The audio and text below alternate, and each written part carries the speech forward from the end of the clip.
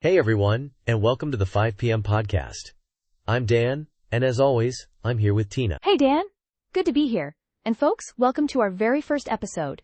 It's January 21st, 2025, and we've got a heck of a topic to kick things off. Oh man, this is a good one. So we're diving deep into this whole investigation into how former President Donald Trump handled classified documents. Right?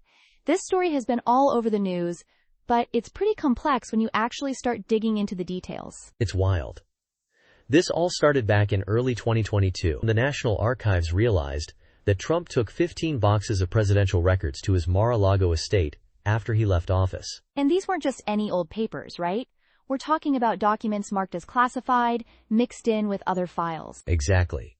So on February 9th, 2022, a National Archives official alerted the Justice Department about this. I mean, that's a big deal. No kidding. Then, a little later in February, the Archivist of the United States notified the House Oversight Committee. It's like, things started moving pretty quickly after that. Oh, for sure. By April, the National Archives told Trump's representative that they were going to share these records with the FBI. And in May, Trump was served with a federal grand jury subpoena. They were basically saying, hand over any classified material you have. Right. And get this.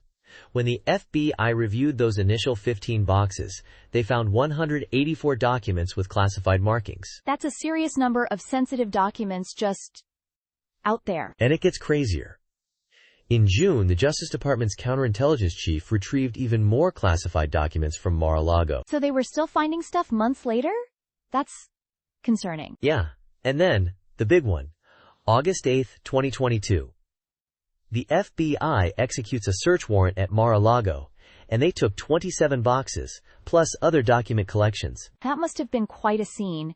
I mean, searching a former president's residence? Definitely. And of course, Trump wasn't just going to let that happen. He filed a request for a third-party special master to review all the stuff they seized. Right, that was in late August. A legal move to, I guess, slow things down or add another layer of scrutiny? Probably.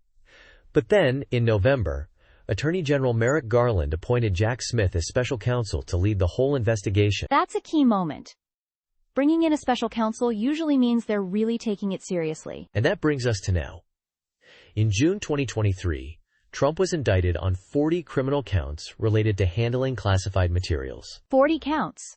I mean, the sheer number is hard to wrap your head around. I know. And these documents, we're not just talking about run-of-the-mill stuff.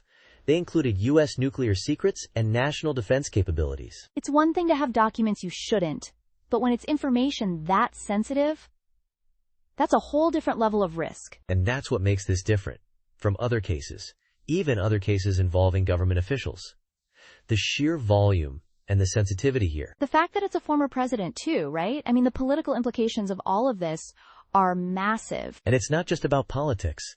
This whole thing raises serious questions about national security. You've got experts saying that the mishandling of these documents could pose significant risks. I mean, if that information got into the wrong hands... It's a scary thought. And it really makes you think about how we handle classified information in general. Are the protocols strict enough? And what kind of precedent does this set? I mean, if a former president can be indicted for something like this, what does that mean for other officials? It's going to be interesting to see how this plays out. I mean, there's the legal battle, but there's also the court of public opinion. True. And, you know, people are going to be watching this closely, especially with all the talk about transparency and accountability in government these days. It feels like one of those cases that could shape how we view the handling of sensitive information for years to come. Well, Dan, this has been quite the introduction to our podcast. I think we've given our listeners a lot to chew on. Yeah, and this is just the beginning. We'll be keeping an eye on this story as it develops. Thanks for breaking this down with me, Tina. Anytime, Dan.